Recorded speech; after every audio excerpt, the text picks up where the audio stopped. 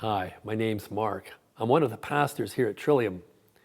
A week ago Sunday after church, my wife and I and a friend, we drove to Lake Huron, to a beach on Lake Huron, just south of Kincardine.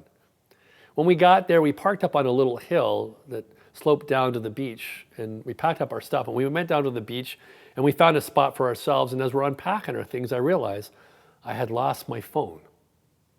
And so I'm backtracking along the beach with my wife and a friend. We're looking for the phone, but we can't find it. We come out to the pathway and we start walking up towards the van on the hill, and we still don't see it there. And we open the van up, we look through the van, but we cannot find it. And I realize I've lost my phone. And in fact, I walked this route a couple of times before I come to that full realization. And in that moment, I made a choice. I made a choice not to let it get to me. It would, even in the recent past, it would have ruined my day. I would have just been so hung up on it and so frustrated by this moment, I would have let it ruin my day. But I thought to myself, it's so beautiful. Early September, the warmth, the sun, the water. And I just went back to the beach and I said to myself, these things have often a way of working themselves out. Let's just see what happens. And I lied back on my towel and I went swimming and I enjoyed the sun and the company. And then maybe about 3 hours later, when I'm still on my towel soaking up the rays, I heard this voice come over me, or a sensation that says, go look for your phone. And so I got up. My wife said to me, Sally, she said, where are you going? I said, I'm just going to go look for my phone again.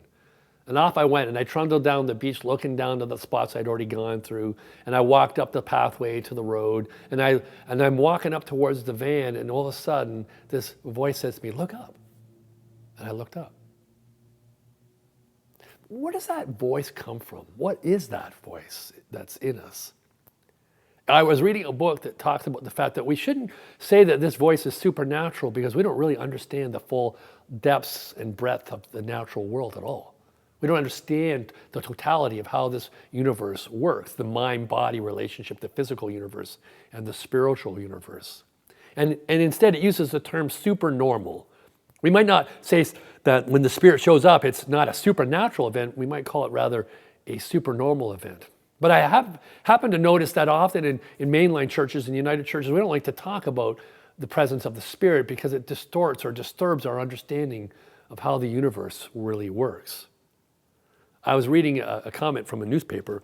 It was about an issue that's not relevant here, but it said this: in defense of the United Church, although it may be tipped more toward the secular than the spiritual, this may be all that its members are prepared for.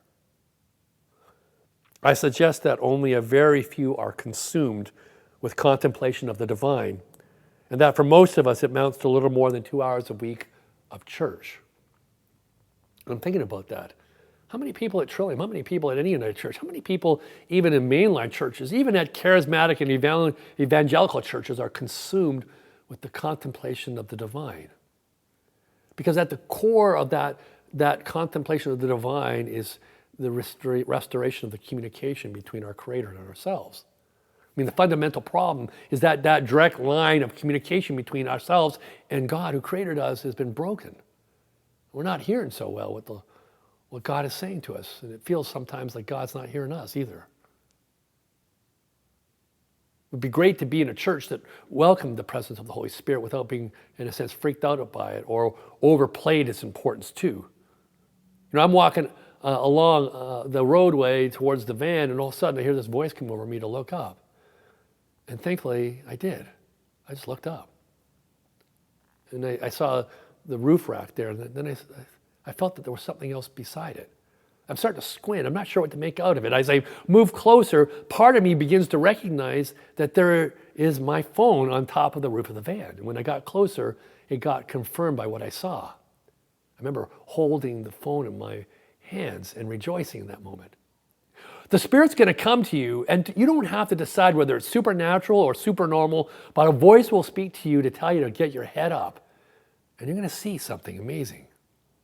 And I pray in that moment for you and for me that when the voice comes, we'll know what to do.